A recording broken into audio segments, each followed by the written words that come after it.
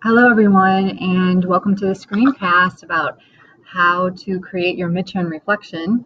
You had a couple options to do it on slides or a Word document or on the blog post, and I'm just going to talk you through the different parts of my midterm evaluation, and hopefully this will help you. So the purpose of the midterm evaluation is to take a step back from what we've been learning and what we've been doing in class and reflect on how that has been affecting you as a reader and helping you grow as a reader, and then to make some decisions about where you would like to go next, what you would like to work on, what kind of reading you'd like to do, what ways you'd like to stretch into your reading life a little bit more.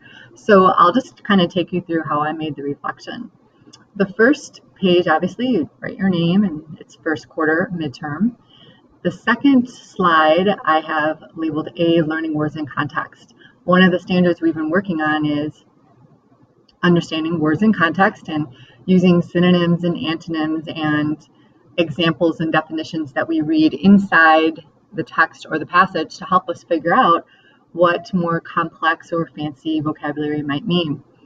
So what I'd like you to do on this slide is just reflect on how we've been studying language, and you might just tell a little bit about the way that you come into class and how we have sentences and images and we have discussions about how we figure out what words mean.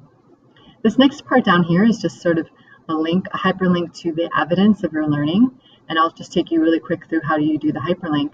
If you go to your blog and click on your name, you should have a nice list of your entries on the blog, so related to your vocabulary. So if you just copy the link and highlight the word evidence, hit this link here and paste it and apply. Now it's hyperlinked. So if anyone wants to see your evidence of your learning or your reflection on each of these words, we can easily find that evidence. These parts over here are just a little reflection about how the words relate to you. We've talked about this in class a little bit about what your disposition is, or in which situations you might be audacious, in which situations you maybe have been insolent, perhaps at home with your parents. So this is just an opportunity for you to reflect on how those words are helping you make sense of your life and the characters that we read. This section here, as I talked about in class, is a screenshot from my reading form, and what you'll do is kind of select it and delete it and put your own in here. And the way that you find it is by opening up your reading form, clicking on your editing button, and it will take you to the form that you created in addition to your responses. So if you click on the response and this green box here, which takes you to a sort of a spreadsheet, you can see all of your responses. So you'll see your time stamp when you entered the response, title, author, genre, your responses, where you're at in the book, and then these are the books that you finished because you've added words and your evaluation of them. So one way, if you want to see a little bit more, is if you click on the column, go to Format, Text, Wrapping, it will then show your full response there. Okay, so this is a couple different ways that you can look at your sheets. What I'd like you to do for our purposes is to just look at kind of the big picture and do a screenshot. And you do that by hitting Control and then the screen button, depending on your computer, and you'll make a screenshot. And it will look like this. The next slide is for you to just, if you'd like to add images, if you did any shelfies of the books that you finished. These are the books that I finished. And then I just did a little summary over here of about the different topics that were in these books and the different genres. And this is evidence that I've been reading a variety of books. These are all different genres and different topics to show I'm trying to learn through my reading. I'm trying to be a rich reader, a reader of a variety of things, and that's one of our standards. This slide here is about evidence of your close reading, and the purpose of that is for you to show how you're thinking as you're reading, so you're really engaging with the text.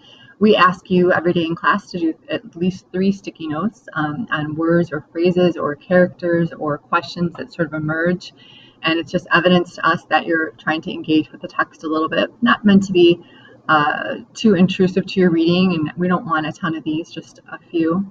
And you can do this when you're at home. So here's what you could do, is just lay out all your sticky notes and take a picture and insert them here. And then just tell us what you notice about the way that you're using sticky notes.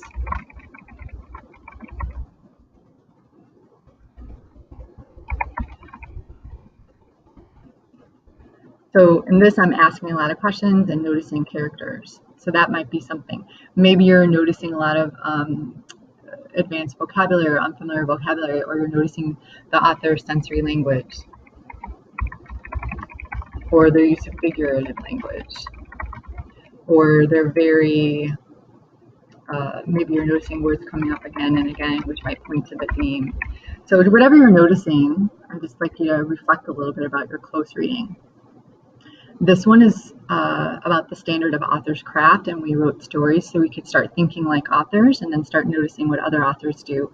So I just took a screenshot of the story that I wrote about Miss Hesse. You can also link the screenshot or link to your story. So I could just put Miss Hesse's story and do what I did before with a link. And then I could remove this because there's not really a lot of information in that URL. This way I can just have it in a link. And then maybe what I learned about hearing her story. And this last one is about public speaking and listening on Fridays. So if you were able to do your speech, maybe you can tell me about what you read and how you did with your public speaking. Maybe reflect a little bit about how it felt, what you'd like to work on a little bit. We really enjoyed listening to everybody's story, and I know it's not easy to do that, but I think it was pretty beautiful to hear and trust each other with our stories, and then to read them out loud so that we can get to know each other a little bit better. So I'm interested in hearing what you think about that. And the listeners are really listening to the craft of the writer, and you could take a screenshot and input your screenshot here of your listening notes and the kind of things that you're noting, and maybe what your favorite story has been so far. And I think there's just 2 more slides.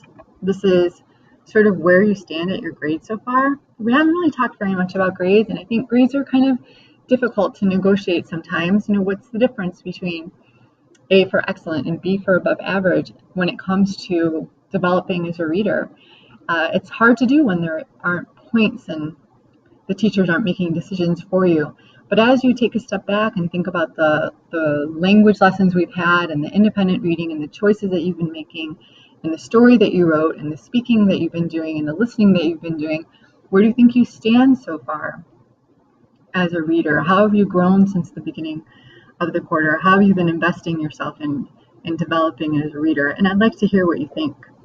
And then this very last part is the goals for the remainder of the quarter. We have 4 weeks to go. And I'd like to hear some of your goals for the remainder of the quarter. Are there specific books that you'd like to read? Are there specific genres? Do you need some advice from maybe your classmates or from your teachers or parents? Do you need to check out some new books? Would you like me to talk about more books? Do you need help using sticky notes so you can be a little bit of a closer reader? Could we do small group work so that you can learn how to do that? And then as far as your speaking is concerned, for your next read aloud that you do, you're going to get to pick something to read.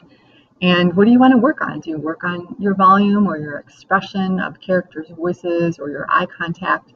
Maybe just making some goals here. These are just some suggestions, but you might have some more that you can add here.